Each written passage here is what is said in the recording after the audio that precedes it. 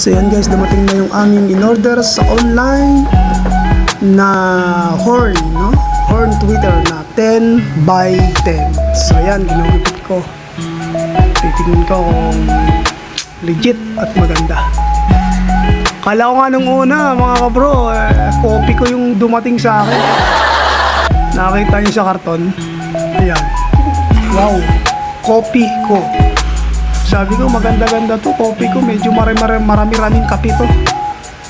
Ayan, oh. Yan guys, nakikita nyo, binubuksan ko. Kaya natatawa pa nga ako kasi karton ng copy ko yung dumating. In-order ko yung horn tweeter na 10 by 10. Ayan, copy ko blanca. Yan.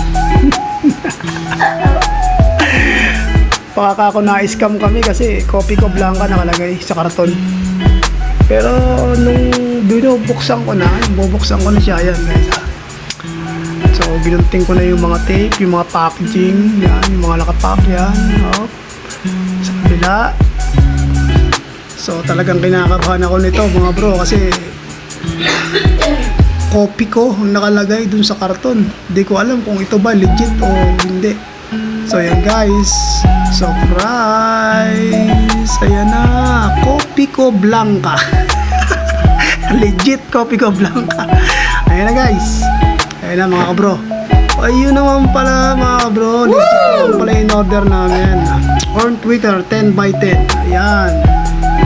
Ayun oh, maganda naman pala. Legit. Kala ko copy blanca ang nakalagay.